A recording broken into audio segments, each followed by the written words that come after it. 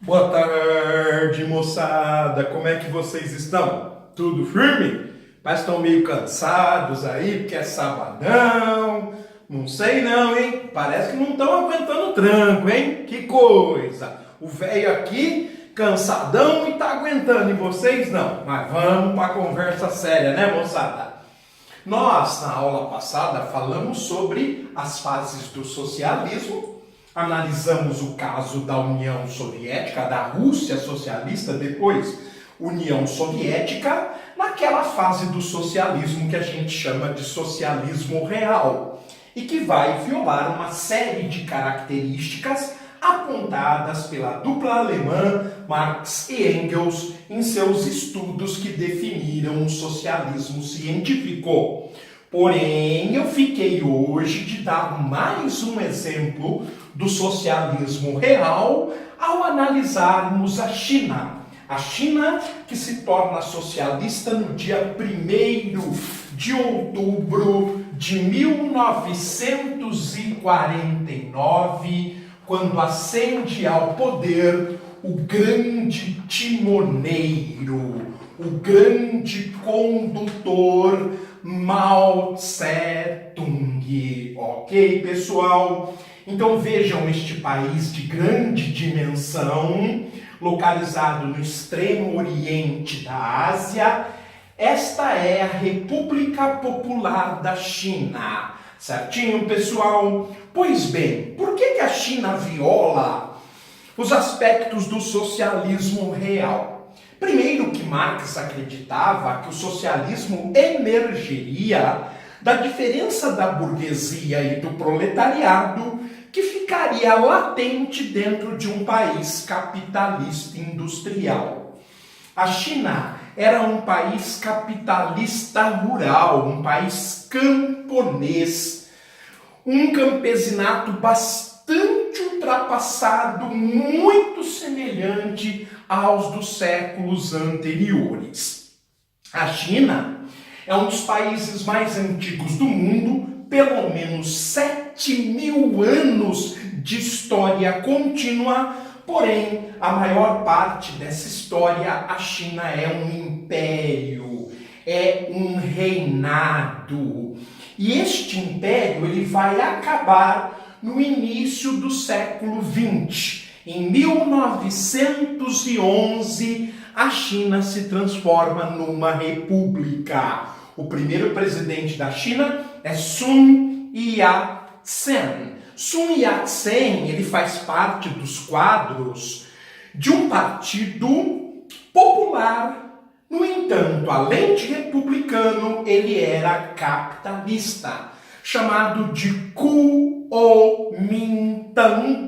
abreviado como KMT. Porém, na década seguinte, em 1925, na maior cidade da China, que é Xangai, nós teremos o aparecimento, o desenvolvimento de um camponês que trabalhava nas roças de arroz, chamado Mao Tse-tung, que será uma das principais figuras do partido que é rival ao Kuomintang, que é o Partido Comunista Chinês. As duas cidades, Pequim, a capital, e Xangai, a cidade mais cosmopolita da China, mais ocidental da China, já eram muito rivais. Mas ficaram mais rivais ainda à medida em que ocorre essa polarização política.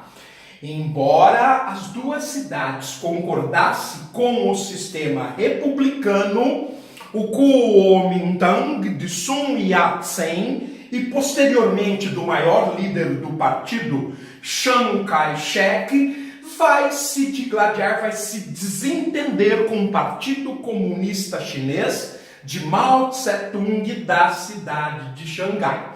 Então as duas cidades se tornam mais rivais ainda. Pequim capitalista, Xangai, o seio da sua população pendia para o socialismo. Mas por que eu estou contando essa história para vocês?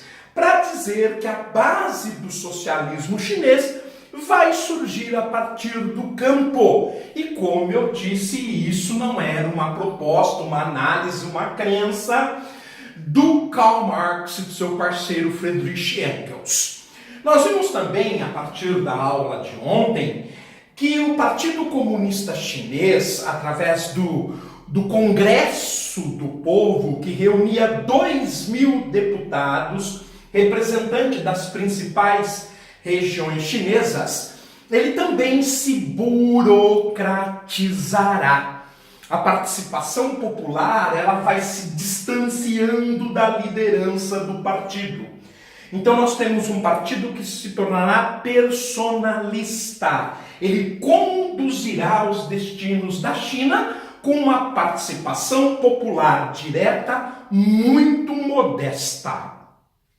Posteriormente, quando Mao Tse-tung falece, com a entrada do reformista Deng Xiaoping, aí é que Marx se revira no túmulo. Deng Xiaoping, ele vai propor uma mudança econômica na China, criando as zonas econômicas especiais, onde funciona a plenos pulmões o capitalismo dentro de parte da China, evidentemente. De tal maneira que se diz que a China pratica o capitalismo de Estado. Que a China é um país com dois sistemas. O socialista para o interior do país, principalmente o centro e a parte ocidental, e o capitalismo, que vigora nas zonas econômicas especiais, cerca de 25% da superfície do país, junto à China Oriental, banhada pelo Oceano Pacífico. Então essas características, elas violam fundamentalmente os estudos, as pesquisas de Marx e Engels. Pois bem, pessoal, a China emerge de um conflito popular entre o Kuomintang e o Partido Comunista Chinês, chamada de Guerra Civil Chinesa ou Revolução Chinesa. A briga entre capitalistas do Kuomintang, de Chiang Kai-shek, e os comunistas, os socialistas, de Mao Tse-tung, do Partido Comunista Chinês, vão destruir o território chinês durante 14 anos, 1931 até 1945. Porém, neste período, nós vamos ter uma pequena união resultado do período da Segunda Guerra Mundial. Após a Segunda Guerra Mundial, eles voltam a se digladiar, de 1945 até 1949, quando os comunistas de Mao Tse-tung vencem a Guerra Civil, Chiang Kai-shek, com apoio dos Estados Unidos, foge para Taiwan e lá fundará a China capitalista, chamada de República da China Nacionalista, conhecida também por Taiwan e considerado pelos chineses como uma província rebelde. Lembrando que Taiwan é um país capitalista, um dos famosos tigres asiáticos. A China é declarada dia 1º de outubro de 1949, República Popular da China. Portanto, este ano, um ano histórico, os chineses comemorarão 70 anos da República Popular. O que vocês acham? Vocês acham que o vestibular vai explorar este importante país? Fica a dica, moçada! Eu acho que vai cair China. Bom, mas voltando aqui, Mao Tse-tung pegará um grande pepino para resolver, um país completamente arrasado, destruído, e ele precisava reorganizar as bases do socialismo. E ele o fará. Doa a quem doer.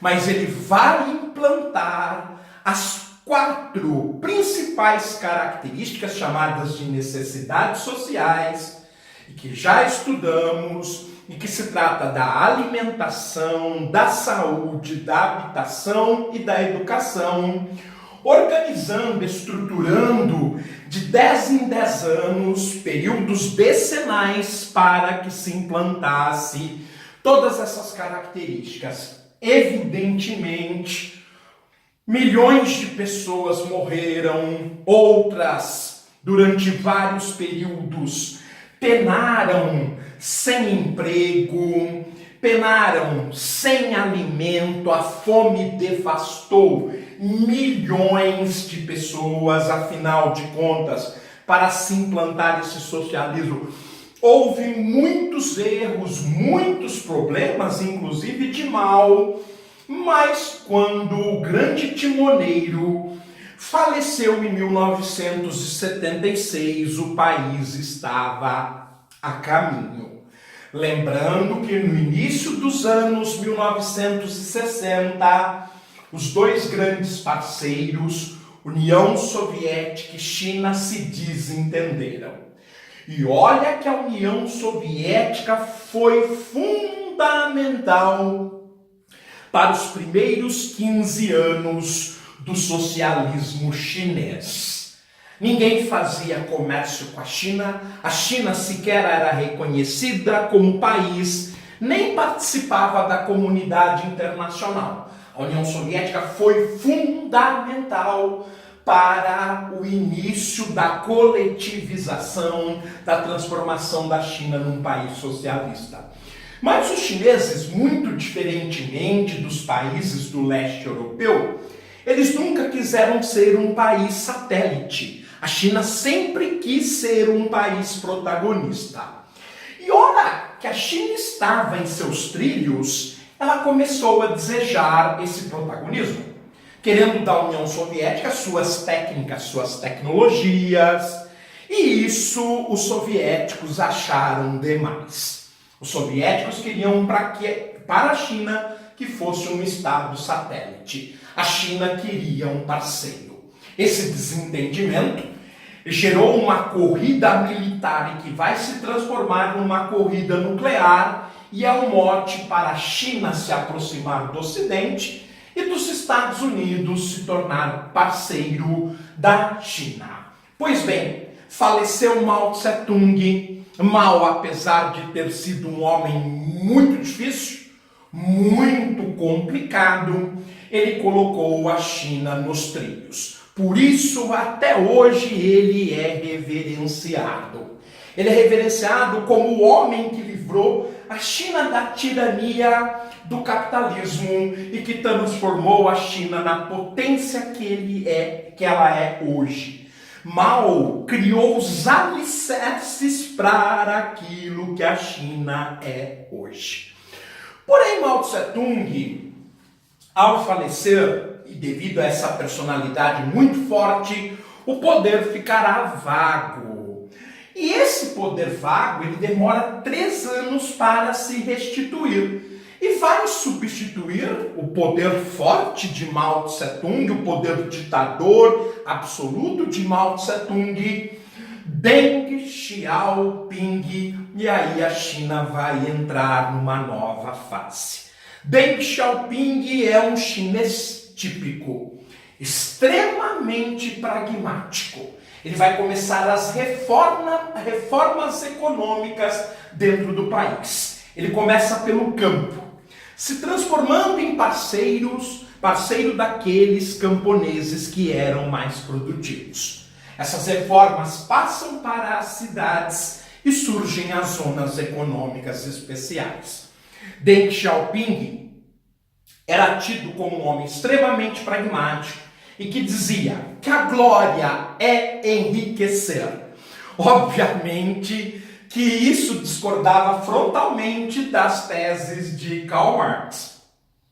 E ele dizia também que não importa a cor do gato, importa é que ele casse ratos. Isso! Deng não era um homem de frescuras. Eu vou ter um gatinho angorá, um gatinho persa. Deng dizia: que absurdo, que perda de tempo, que desperdício de energia e dinheiro. O gato só tem uma função na natureza: matar ratos. O resto é humanizar o tal do gato. Então elimine esse tipo de pessoa. Deng, mesmo implantando as reformas que vão alavancar ainda mais a economia chinesa, tinha a mesma mania de Mao Tse-tung. Não dialogava, não se aproximava diplomaticamente das pessoas. Agia com violência, com força. E isso ficou claro em 1989, quando os ventos da liberdade que sopravam da União Soviética de Gorbachev, as suas reformas, a perestroika e a glasnost, atingiram as universidades chinesas, mas Deng não reagiu bem e, frente às câmaras de todo mundo, ele vai esmagar com tanques de guerra, com a força, os jovens que protestavam na Praça da Paz Celestial, o famoso massacre de Tiananmen. Dizem os chineses que foram mortos 1 milhão de jovens e que Deng respondeu à rebeldia jovem dizendo o seguinte: matem 1 milhão, porque estes jovens são inconsequentes.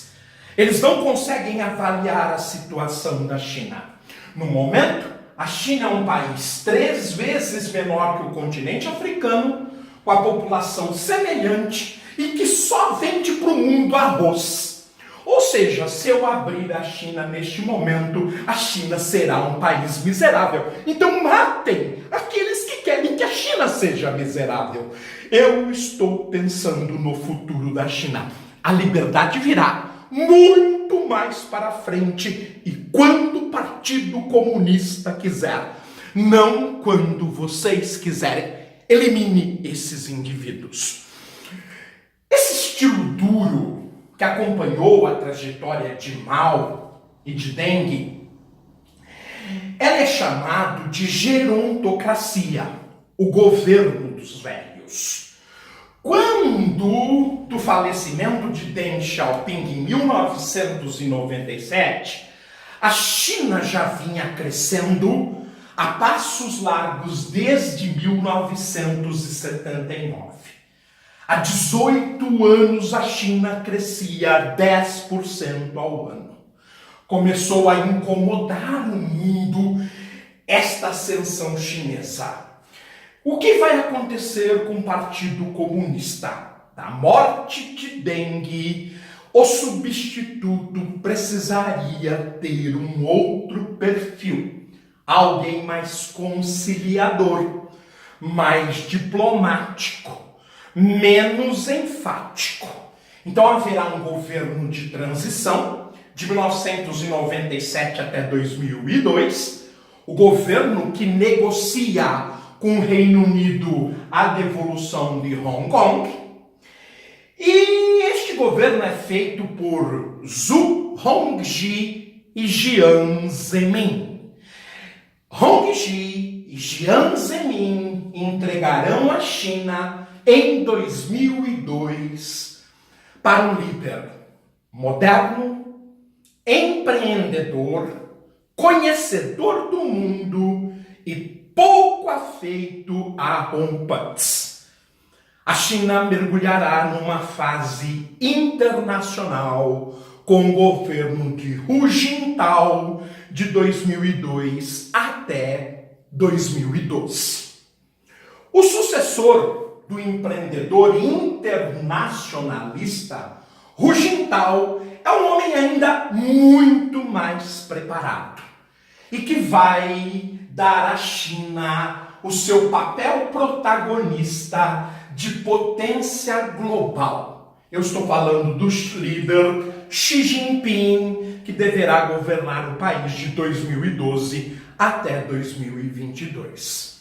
Meus queridos, hoje então contamos mais um caso extremamente importante do socialismo real.